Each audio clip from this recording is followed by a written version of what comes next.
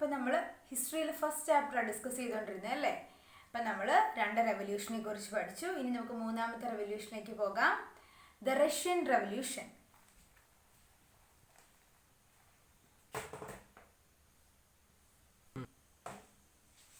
Russian revolution ഒരു important ടോപ്പിക്കാണ് ഈ ചാപ്റ്ററിൽ. അപ്പം നമുക്ക് പോകാം. അപ്പം എല്ലാവരും പേജ് നമ്പർ 21 എടുത്തേ. പേജ് നമ്പർ 21 ആദ്യം ഒരു പാരഗ്രാഫ് കാണുന്നുണ്ടല്ലേ. മാക്സിം ഗോർക്കിയുടെ, ഒരു റഷ്യൻ നോവലിസ്റ്റായ മാക്സിം ഗോർക്കിയുടെ ദ മദർ എന്ന് പറഞ്ഞ നോവലിലെ ഒരു പോർഷനാണ് അവിടെ കൊടുത്തേക്കുന്നത്. അത് ഞാനൊന്ന് വായിക്കാം.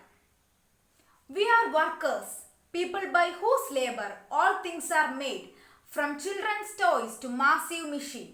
Yet we are people deprived of the right to defend our human dignity. Anyone can exploit us from their interest.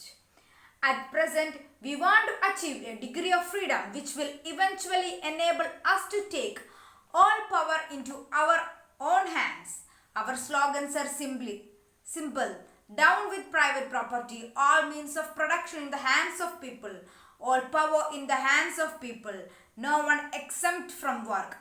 Now you can understand that we are not just rioters, we are revolutionaries and will go on being revolutionaries as long as some people do nothing but give orders and others do nothing but work. അപ്പം Maxim Gorky എന്ന് പറഞ്ഞ Russian നോവലിസ്റ്റിൻ്റെ mother എന്ന് പറഞ്ഞ നോവലിലെ ഒരു പോർഷനാണ്. ഇതിനകത്ത് എന്താണ് പറഞ്ഞിരിക്കുന്നത്? നമ്മൾ വർക്കേഴ്സാണ് അല്ലേ. ചിൽഡ്രൻ്റെ ടോയ്സ് തൊട്ട്, കളിപ്പാട്ടം തൊട്ട് വലിയ വലിയ മെഷീൻസ് വരെ ഉണ്ടാക്കാൻ കഴിയുന്നതാണിത് നമ്മൾ പീപ്പിൾ. എന്നിട്ട് നമ്മൾ എന്തിനാണ് പലവരുടെയും അടിമകളായി ജീവിക്കുന്നത്? നമുക്ക് എന്ത് വേണം? നമുക്ക് ഫ്രീഡം വേണം. നമ്മൾ കലാപകാരികളല്ല അല്ലേ. നമ്മൾ കലാപകാരികളല്ല. We are not just rioters. നമ്മൾ കലാപകാരികളല്ല. നമ്മൾ എന്താണ്? വിപ്ലവകാരികളാണ്. പിന്നെ പറഞ്ഞേക്കുന്നത് എന്താണ്? എന്നുവരെ some people do nothing but give orders. എന്നുവരെ കുറച്ച് ആൾക്കാർ എന്താണ്? ഓർഡേഴ്സ് മാത്രം ചെയ്തുകൊണ്ടിരിക്കുകയും കുറച്ച് പേർ അവർക്ക് വേണ്ടി വർക്ക് ചെയ്യുകയും ചെയ്യുന്നു. അതുവരെ നമ്മൾ എന്താണ്? അതിനെതിരെ പോരാടിക്കൊണ്ടിരിക്കും. എല്ലാവർക്കും എന്താണ്? എല്ലാവരും ചെയ്യണം ജോലി. അല്ലാതെ കുറേ പേര് ജോലി ചെയ്യണം എന്ന് ആജ്ഞാപിക്കാനും കുറേ പേർ അവർ അടിമകളായിട്ട് ജോലി ചെയ്യാനുമുള്ളതല്ല. അതുവരെ നമ്മൾ എന്താണ്? പോരാടിക്കൊണ്ടിരിക്കും എന്നാണ് മാക്സിം ഗോർക്കിയുടെ ഈ പറഞ്ഞ മദർ എന്ന് പറഞ്ഞ നോവൽ ഈ പോർഷനിലെ മീനിങ്. ഇനി നമുക്ക് നോക്കാം എന്താണ് റഷ്യയിൽ സംഭവിച്ചത്. റഷ്യയിൽ ഒരു വിപ്ലവത്തിന് തുടക്കം ഉണ്ടാകാനുള്ള കാരണം എന്തൊക്കെയാണെന്ന് നമുക്ക് നോക്കാം. ഫസ്റ്റ് പേജ് നമ്പർ 21 ലാസ്റ്റ് നോക്കിക്കേ. What were the demand of the workers. ഒരു ക്വസ്റ്റ്യൻ ആണ്. ക്വസ്റ്റ്യൻ എന്ന് പറഞ്ഞാൽ ഇങ്ങനെ വരും. What were the demand of the workers in Russia. റഷ്യയിലെ വർക്കേഴ്സിന്റെ ഡിമാൻഡുകൾ എന്തൊക്കെയായിരുന്നു നമുക്ക് നോക്കാം. എന്താണ്? Abolish the private property system. Everyone has to work. All power should be in the hands of people. എന്താണ്? പ്രൈവറ്റ് പ്രോപ്പർട്ടി സിസ്റ്റം ഒക്കെ നിർത്തലാക്കണം. എല്ലാവരും ജോലി ചെയ്യണം. അധികാരമൊക്കെ ആരുടെ കയ്യിലായിരിക്കണം? ജനങ്ങളുടെ കയ്യിലായിരിക്കണം. ഇതൊക്കെയായിരുന്നു എന്ത്? റഷ്യയിലെ വർക്കേഴ്സിന്റെ ഡിമാൻഡ്സ്. ഇനി നമ്മൾ നോക്കാൻ പോകുന്നത് എന്തുകൊണ്ടാണ് റഷ്യയിലെ വർക്കേഴ്സ് അങ്ങനെ കുറച്ച് നിബന്ധനകൾ അല്ലെ, അങ്ങനെ കുറച്ച് ആവശ്യങ്ങൾ അവർ മുന്നോട്ട് വെക്കാനുള്ള കാര്യം എന്താണെന്നാണ് നമ്മൾ നോക്കാൻ പോകുന്നത്. നിങ്ങൾക്ക് മനസ്സിലായി കാണുമല്ലോ, അവിടുത്തെ ജനങ്ങളുടെ ജീവിതം കഷ്ടപ്പാട് നിറഞ്ഞതായതുകൊണ്ടല്ലേ അവർ കുറച്ച് ആവശ്യങ്ങൾ മുന്നോട്ട് വെച്ചത്. അപ്പൊ നമുക്ക് എന്താണ് അതിന്റെ കാരണങ്ങളെന്ന് നോക്കാം.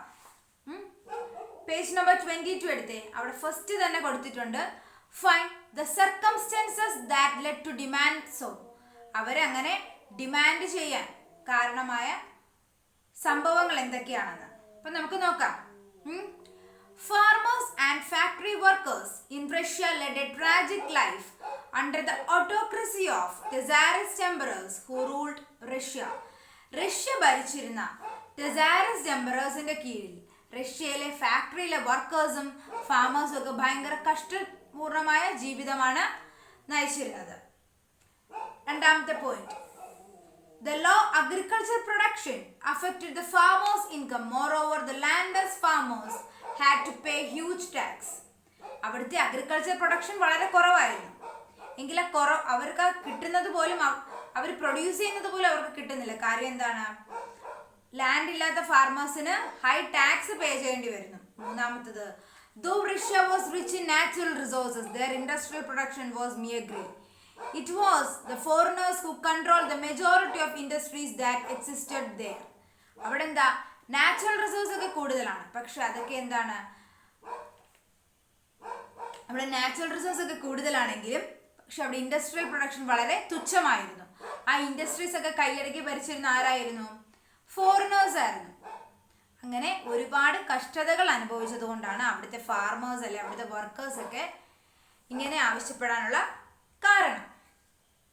ഇനി അവിടെ എങ്ങനെയാണ് ആ റെവല്യൂഷൻസ് നടന്നത് നമുക്ക് നോക്കാം. ഈ റെവല്യൂഷന്റെ കാര്യത്തിലേക്ക് വരുമ്പോൾ നമുക്ക് 3 ഇമ്പോർട്ടൻറ്റ് പോയിന്റുകളാണ് നമ്മൾ ഡിസ്കസ് ചെയ്യാൻ പോകുന്നത്. അപ്പോൾ ആ പോയിന്റുകൾ ഏതൊക്കെയാണെന്ന് നമുക്ക് നോക്കാം കേട്ടോ.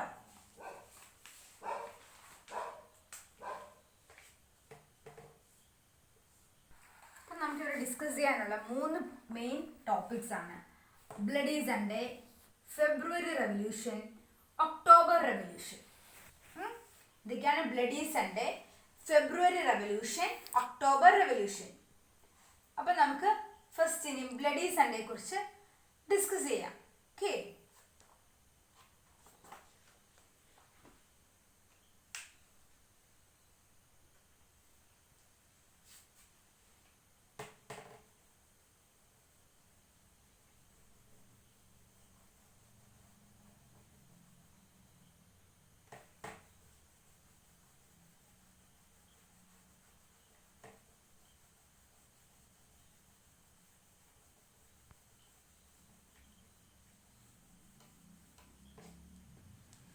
listen. ഫസ്റ്റ് പാരഗ്രാഫ് ഒന്ന് ശ്രദ്ധിച്ചു. Writers like Maxim Gorky, Leo Tolstoy, Ivan Turgenev and Anton Chekhov depicted the plight of the workers and farmers in their works. അവിടുത്തെ എന്താണ് റൈറ്റേഴ്സിൻ്റെ പേരൊക്കെ ഞാൻ പറഞ്ഞു. മാക്സിം ഗോർക്കി, ലിയോ ടോൾസ്റ്റോയ്, അങ്ങനത്തെ വർക്കേഴ്സ് അവരുടെ റൈറ്റിങ്സിലൂടെ എന്താ ചൂണ്ടിക്കാട്ടിയത്? റഷ്യയിലെ ജനങ്ങളുടെ കഷ്ടപ്പാടുകൾ അവർ ചൂണ്ടിക്കാട്ടി. അതിൽ നിന്ന് മാർക്സിസ്റ്റ് ഐഡിയോളജീസ് എന്ന് പറഞ്ഞാൽ കാൾ മാർക്സും ഫ്രെഡറിക് ഇംഗൽസും അവരുടെ ഒരു റൂൾസ് ആണ് ഈ മാർക്സിസ്റ്റ് ഐഡിയോളജീസ് എന്ന് പറയുന്നത്. എന്തിന്? വർക്കേഴ്സിനെ സഹായിക്കാനായിട്ട്. അങ്ങനെ അവരെന്തുണ്ടാക്കി? അവിടെ വർക്കേഴ്സിനെ സഹായിക്കാൻ വേണ്ടി അവർ ട്രേഡ് യൂണിയൻസ് ഒക്കെ അതിനൊരു റെമഡീസ് ആയിട്ട് ഉണ്ടാക്കി വന്നു. അതിൻ്റെ ഫലമായി ഈ കാൾ മാർക്സിൻ്റെ ഫ്രെഡറിക് ഈഗിൾസിൻ്റെ ഐഡിയോളജീസ് വെച്ച് അവിടെ ഒരു പാർട്ടി ഉണ്ടായി. എന്താണ് പാർട്ടി? Social democratic party.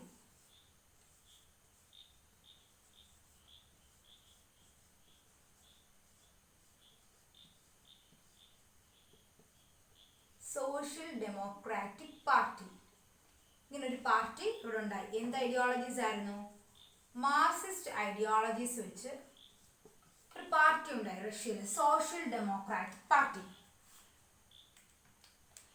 കുറച്ച് കഴിഞ്ഞിട്ട് ഈ പാർട്ടി എന്തായി? രണ്ടായിട്ട് സ്പ്ലിറ്റ് ചെയ്തു. മെൻഷെവിക്സ് എന്നും ബോൾഷെവിക്സ് എന്നും 2 പാർട്ടിയായിട്ട് ഇത് സ്പ്ലിറ്റായി. എന്താണ്? മെൻഷെവിക്സ് എന്നും ബോൾഷെവിക്സ് എന്നും 2 പാർട്ടിയായിട്ട് സ്പ്ലിറ്റായി. ഈ മെൻഷെവിക്കിന്റെ ലീഡർ ആയിരുന്നു അലക്സാണ്ടർ കെറൻസ്കി. മെൻഷെവിക്കിന്റെ ലീഡറാണ് അലക്സാണ്ടർ കെറൻസ്കി.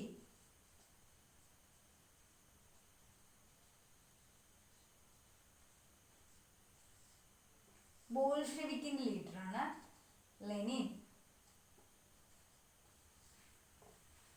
ഫസ്റ്റ് പാരഗ്രാഫിൽ ഇത്രയും കാര്യങ്ങളെ പറയുന്നുള്ളൂ. മാർക്സിസ്റ്റ് ഐഡിയോളജീസ് കാൾ മാർക്സും ഫ്രെഡറിക് ഈഗിൾസും കൂടെ ഫോർമുലേറ്റ് ചെയ്ത മാർക്സിസ്റ്റ് ഐഡിയോളജീസ് വെച്ച് റഷ്യയിൽ ഒരു പാർട്ടി രൂപീകൃതമായി, social democratic party.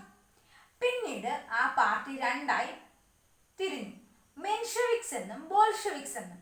Mensheviks leader ആയിരുന്നു അലക്സാണ്ടർ കെറൻസ്കി, ബോൾഷെവിക്സ് ലീഡർ ആയിരുന്നു ലെനിൻ. ഇത്രയും കാര്യങ്ങൾ നിങ്ങൾ മനസ്സിൽ വെക്കണം. ഇനി എങ്ങോട്ടാണ് നമ്മൾ നമ്മുടെ ഫസ്റ്റ് ടോപ്പിക്കായ ബ്ലഡി സൺഡേ കുറിച്ച് ഡിസ്കസ് ചെയ്യാൻ പോകുന്നത്. ഓക്കെ,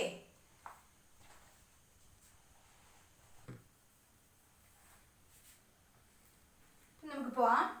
ബ്ലഡി സൺഡേ നമുക്ക് നോക്കാം. അടുത്ത സെക്കൻഡ് പാരഗ്രാഫ് നോക്കിക്കേ, പേജ് നമ്പർ 22.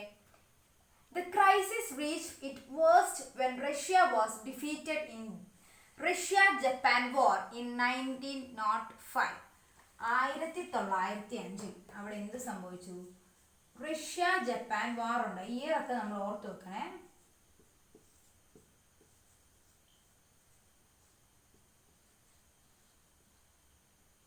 ഇപ്പോഴാണ് 1905 ഈ റഷ്യ ജപ്പാൻ വാർ ഉണ്ടാവുകയും റഷ്യ തോൽക്കുകയും ചെയ്തു. അതിന്റെ ഫലമായി അവിടെ പിന്നീട് ഒരുപാട് ബുദ്ധിമുട്ടുകൾ ഉണ്ടായി. The workers organized a huge march at Petrograd on 9th January 1905 demanding political rights and economic reforms. അവരുടെ അവകാശത്തിന് വേണ്ടി. എപ്പോഴാണ്? 9th January 1905 ഈ ജനങ്ങളെല്ലാം പെട്രോഗ്രാഡ് എന്ന് പറഞ്ഞ സ്ഥലത്ത് എന്താണ് മാർച്ച് നടത്തി. പക്ഷെ ആ മാർച്ചിനെതിരെ the march was fired at by the soldiers and hundreds of demonstrators were massacred. ആ മാർച്ചിനെതിരെ എന്താണ് 1000ഓളം പട്ടാളക്കാർ എന്ത് ചെയ്തു? ആ മാർച്ചിനെതിരെ നിറയൊഴിക്കുകയും 100ഓളം ആൾക്കാർ മരിക്കുകയും ചെയ്തു. ആ കൂട്ടക്കൊലപാതകത്തിനെയാണ് നമ്മൾ എന്ത് പറയുന്നത്? ആ ഇവന്റിനെയാണ് നമ്മൾ പറയുന്നത് ദ ബ്ലഡി സൺഡേ എന്ന് പറയുന്നത്. പക്ഷേ അങ്ങനെ അവർ അത്രയും കഷ്ടതകൾ അനുഭവിച്ചെങ്കിലും ഒരുപാട് പേര് മരണപ്പെട്ടെങ്കിലും അവരുടെ പോരാട്ടം അവസാനിപ്പിച്ചില്ല. When the strikes gained massive strength, the emperor was compelled to form a legislative assembly called Duma. പക്ഷെ ഇവര് വീണ്ടും പോരാടി. അവരുടെ പോരാട്ടത്തിനൊടുവിൽ അവരുടെ എംപറർ എന്താണ്? ആ രാജാവ് നിർബന്ധിതനായി ഒരു ലെജിസ്ലേറ്റീവ് അസംബ്ലി ഫോം ചെയ്യാൻ. അങ്ങനെ അദ്ദേഹം ഫോം ചെയ്ത ലെജിസ്ലേറ്റീവ് അസംബ്ലിയുടെ പേരാണ് ദുമ.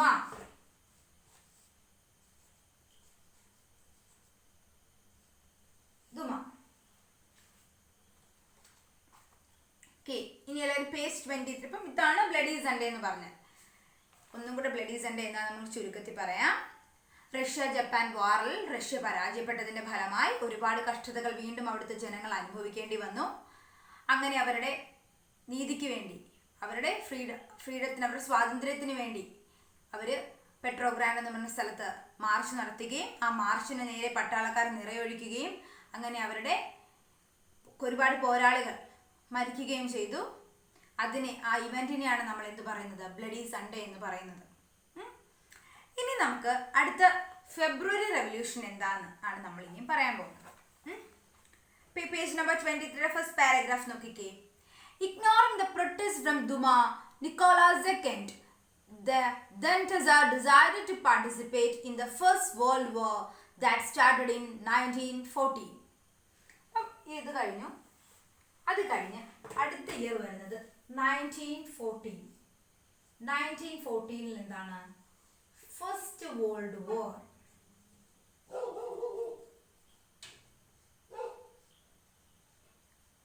ലെജിസ്ലേറ്റീവ് അസംബ്ലി ഫോം ചെയ്തെങ്കിലും അതിന്റെ റൂൾസ് ആൻഡ് റെഗുലേഷൻസിനൊക്കെ എതിരായിട്ട് അവിടുത്തെ കിങ് ആയ നിക്കോളാസ് സെക്കൻഡ് പറയാണ് റഷ്യ എന്ന് പറഞ്ഞൊരു രാജ്യം എന്താണ് ഒന്നാം ലോക മഹായുദ്ധത്തിലേക്ക് ഇറങ്ങുകയാണ് എന്ന് പറഞ്ഞു. അങ്ങനെ a lot of soldiers were killed in the war. ഒരുപാട് പട്ടാളക്കാർ നമുക്ക് എന്താണ് ഈ ഒന്നാം ലോക മഹായുദ്ധത്തിന്റെ ഫലമായി നഷ്ടപ്പെട്ടു. അങ്ങനെ ഒരുപാട് ഭക്ഷണത്തിന്റെ ക്ഷാമം വരെ അവിടെ ഉണ്ടായി. അങ്ങനെ 8th മാർച്ച് ഫസ്റ്റ് വേൾഡ് വാർ 1914 നോക്കണം. അപ്പൊ വേൾഡ് വാർ ഇങ്ങനെ വാർ നടന്നുകൊണ്ടേയിരിക്കുകയില്ല. അങ്ങനെ 8th മാർച്ച് 1917 ആയപ്പോൾ 1000ഓളം വുമൺ വരെ 1000ഓളം സ്ത്രീകൾ വരെ റോഡിൽ ഇറങ്ങി. എന്തിനാണ്? ഒരു നേരത്തെ ഭക്ഷണത്തിന് വേണ്ടി അവർ പോരാടി. Though the soldiers clashed with the demonstrators in the beginning. ആദ്യമൊക്കെ സോൾജേഴ്സ് ഡെമോൺസ്ട്രേറ്റേഴ്സിന് എതിരായി നിന്നെങ്കിലും പിന്നീട് എന്ത് സംഭവിച്ചു? Later they joined with workers. പിന്നീട് അവർ ആരുമായിട്ട്, ഈ സോൾജേഴ്സ് ആരുമായിട്ട് ചേർന്നു? ആ വർക്കേഴ്സുമായിട്ട് ചേർന്നു. It was a tragic experience during the First World War that included them to do so. ഒന്നാം ലോക മഹായുദ്ധ സമയത്ത് പട്ടാളക്കാർ അനുഭവിച്ച ആ ദുരിതത്തിന്റെ ഇത് കാരണമാണ് എന്ത്? അവര് വർക്കേഴ്സിന്റെ കൂടെ കൂടി ഈ രാജാവിന് എതിരായത്. Okay. The workers captured Petrograd and Nicholas II was thrown out of the power. A provisional government was formed under Alexander Kerensky, the Menshevik leader. അങ്ങനെ പട്ടാളക്കാരും ആ വർക്കേഴ്സും എല്ലാം കൂടി പെട്രോഗ്രാൻഡ് എന്ന് പറഞ്ഞ സ്ഥലം കൈയടക്കുകയും നിക്കോളാസ് സെക്കൻഡിനെ ആ പദവിയിൽ നിന്ന് എടുത്തു കളയുകയും ചെയ്തു. അങ്ങനെ അലക്സാണ്ടർ കെറൻസ്കി, അത് ഓർമ്മയുണ്ടോ? അലക്സാണ്ടർ കെറൻസ്കി ആരാ? മെൻഷെവിക് ലീഡറായ അലക്സാണ്ടർ കെറൻസ്കിയുടെ നേതൃത്വത്തിൽ അവിടെ ഒരു ഇന്റർമീഡിയറ്റ് ഒരു ഗവൺമെന്റ് സ്ഥാപിക്കുകയും ചെയ്തു. സിൻസ് റഷ്യൻ നമ്മുടെ ഇന്റർനാഷണൽ കലണ്ടർ സിസ്റ്റത്തിൽ നിന്ന് റഷ്യൻ കലണ്ടർ കുറച്ച് പുറകിലോട്ടാണ്. ഇത് അവിടെ നടന്നത്, ഈ റെവല്യൂഷൻ നടന്നത് മാർച്ചിലാണ്, പക്ഷെ അത് ഫെബ്രുവരി റെവല്യൂഷൻ എന്നാണ് അറിയപ്പെടുന്നത് റഷ്യൻ കലണ്ടർ സിസ്റ്റം വെച്ചിട്ട്. ഇതാണ് ഫെബ്രുവരി റെവല്യൂഷൻ. ഒന്നും കൂടെ പറയാം. ഒന്നാം ലോക മഹായുദ്ധ സമയത്ത് റഷ്യ എന്ന് പറഞ്ഞ രാജ്യം ഒന്നാം ലോക മഹായുദ്ധത്തിൽ ഏർപ്പെടുകയും ഒരുപാട് പട്ടാളക്കാരുടെ ജീവൻ നഷ്ടപ്പെടുകയും ചെയ്തു. അതിനുശേഷം നമുക്ക് ഭക്ഷണത്തിന് വരെ ദാരിദ്ര്യം സംഭവിച്ചു. അങ്ങനെ സ്ത്രീകൾ ഉൾപ്പെടെ 8th മാർച്ച് 1917 പൊതുനിരത്തിൽ ഇറങ്ങുകയും ഒരു നേരത്തെ ഭക്ഷണത്തിന് വേണ്ടി പോരാടുകയും ചെയ്തു. ആദ്യമൊക്കെ പട്ടാളക്കാർ വർക്കേഴ്സിനെ അടിച്ചമർത്താൻ ശ്രമിച്ചെങ്കിലും പിന്നീട് അവർക്ക് മനസ്സിലായി വർക്കേഴ്സിന്റെ കൂടെ വേണം നിൽക്കാനെന്ന്. കാര്യം ഒരുപാട് പട്ടാളക്കാരുടെ ജീവൻ ഒന്നാം ലോക മഹായുദ്ധ സമയത്ത് നഷ്ടപ്പെട്ടുകൊണ്ടിരിക്കുകയായിരുന്നു. അങ്ങനെ ഈ പട്ടാളക്കാരും വർക്കേഴ്സും കൂടെ ചേർന്നിട്ട് നിക്കോളാസ് സെക്കൻഡിനെ ആ പദവിയിൽ നിന്ന് എടുത്തു കളയും. മെൻഷെവിക് ലീഡറായ അലക്സാണ്ടർ കെറൻസ്കിയുടെ നേതൃത്വത്തിൽ അവിടെ ഒരു പ്രൊവിഷണൽ ഗവൺമെന്റ് സ്ഥാപിതമാകുകയും ചെയ്തു. അതിനെയാണ് നമ്മൾ എന്ത് പറയുന്നത്? ഫെബ്രുവരി റെവല്യൂഷൻ എന്ന്. ഇനി നോക്കാം, ലാസ്റ്റ് പാരഗ്രാഫ് നോക്കിക്കേ. A group of Soviets did not approve of the provisional government. പക്ഷേ സോവിയറ്റ്സ് എന്ന് വെച്ചാൽ നമ്മുടെ ലെനിന്റെ നേതൃത്വത്തിലുള്ള ബോൾഷെവിക്സ് ഒന്നും ഇത് അംഗീകരിച്ചില്ല. ആ സമയത്ത് വാൾഡമർ ലെനിൻ സ്വിറ്റ്സർലൻഡിലായിരുന്നു. അദ്ദേഹം റഷ്യയിലേക്ക് തിരിച്ചു വരികയും സ്ട്രോങ് ആയിട്ട് ഈ പ്രൊവിഷണൽ ഗവൺമെന്റിനെ ഒപ്പോസ് ചെയ്യുകയും ചെയ്തു. അദ്ദേഹം പറഞ്ഞത് ഒരു ഗവൺമെന്റ് അല്ല, എല്ലാ അധികാരവും ആർക്ക് കൊടുക്കണം? ജനങ്ങൾക്ക് കൊടുക്കണം. അങ്ങനെ അദ്ദേഹം കുറെ ഡിമാൻഡ്സ് മുന്നോട്ട് വെച്ചു ഈ പ്രൊവിഷണൽ ഗവൺമെന്റിലേക്ക്. അദ്ദേഹം വെച്ച ഡിമാൻഡ്സ് എന്തൊക്കെയാണെന്ന് നമുക്ക് പറയാം. Page number 24 withdraw Russia from the first world war. Russia ഒന്നാം ലോക മഹായുദ്ധത്തിൽ നിന്ന് റഷ്യ പിന്മാറണം. Seize the lands owned by lords and distribute them among the farmers. പിടിച്ചെടുത്ത ഭൂമിയെല്ലാം ഫാർമേഴ്സിന് തിരിച്ചു നൽകണം. Make factories public property. Factories ഒക്കെ പബ്ലിക് പ്രോപ്പർട്ടി ആക്കി മാറ്റണം. ഇങ്ങനെ കുറച്ച് ആവശ്യങ്ങൾ ആര് മുന്നോട്ട് വെച്ചു? ബോൾഷെവിക് ലീഡറും സോവിയറ്റ്സും കൂടെ മുന്നോട്ട് വെച്ചു. അതിന്റെ ഫലമായി ഒക്ടോബർ 1917 ബോൾഷെവിക്സ് പ്രൊവിഷണൽ ഗവൺമെന്റിനെതിരെ ഒരു റെബലിയൻ ഉണ്ടാക്കുകയും കെറൻസ്കിയെ അവിടുന്ന് ആ പവറിൽ നിന്ന് കെറൻസ്കിയെ എടുത്തു മാറ്റുകയും ബോൾഷെവിക്സ് അവിടെ പവറിൽ വരികയും ചെയ്തു. അതിനെയാണ് നമ്മൾ ഒക്ടോബർ റെവല്യൂഷൻ എന്ന് പറയുന്നത്. റഷ്യൻ കലണ്ടർ പ്രകാരമാണ് അത് ഒക്ടോബർ, അതുകൊണ്ടാണ് അതിനെ ഒക്ടോബർ റെവല്യൂഷൻ എന്നറിയപ്പെടുന്നത്. അങ്ങനെ ലെനിൻ അധികാരത്തിൽ വരികയും അതിന്റെ ഫലമായി ഈ റഷ്യൻ പ്രക്ഷോഭത്തിന്റെ ഫലമായി കുറച്ച് കാര്യങ്ങൾ റഷ്യയിൽ ഉണ്ടാവുകയും ചെയ്തു. അതാണ് നമ്മൾ ലാസ്റ്റ് പഠിക്കേണ്ടത്. ഇമ്പോർട്ടൻറ്റ് പോയിന്റ്സ് ആണ്. നോക്കാം. Russia first Russia withdrew from the first world വാറിൽ നിന്ന് റഷ്യ പിന്മാറി. Seized out the lands and distributed among the peasants. അവർ പിടിച്ചെടുത്ത ഭൂമിയെല്ലാം തിരിച്ചു നൽകി. ഗേവ് ഇമ്പോർട്ടൻസ് ടു പബ്ലിക് സെക്ടേഴ്സിനൊക്കെ ജനങ്ങൾക്ക് വേണ്ടി പബ്ലിക് സെക്ടേഴ്സിനൊക്കെ ഇമ്പോർട്ടൻസ് നൽകി. Introduce centralised planning. Achieve develop in the field of science, technology and economy. New constitution came in to force. അങ്ങനെ എന്താണ് 1924 അവിടെ എന്താണ് ഒരു ഭരണഘടന രൂപം കൊണ്ടു. Unions of Soviet socialist republic was formed by consolidating different Soviet republics. Spread all socialist idea all over the world. അവരുടെ എന്താണ് അവരുടെ സോഷ്യലിസ്റ്റ് ഐഡിയാസ് ഈ ലോകമെമ്പാടും പ്രചരിപ്പിക്കപ്പെട്ടു. ഇത്രയും കാര്യങ്ങളാണ് നമുക്ക് റഷ്യൻ റവല്യൂഷനിൽ പറയാനുള്ളത്. ഇപ്പം ഇപ്പോഴും പറയുന്ന റഷ്യനിൽ 3 ഇമ്പോർട്ടൻറ്റ് കാര്യങ്ങളാണ്: bloody Sunday, February revolution, October revolution. Thank you. എല്ലാവർക്കും മനസ്സിലായെന്ന് വിചാരിക്കുന്നു.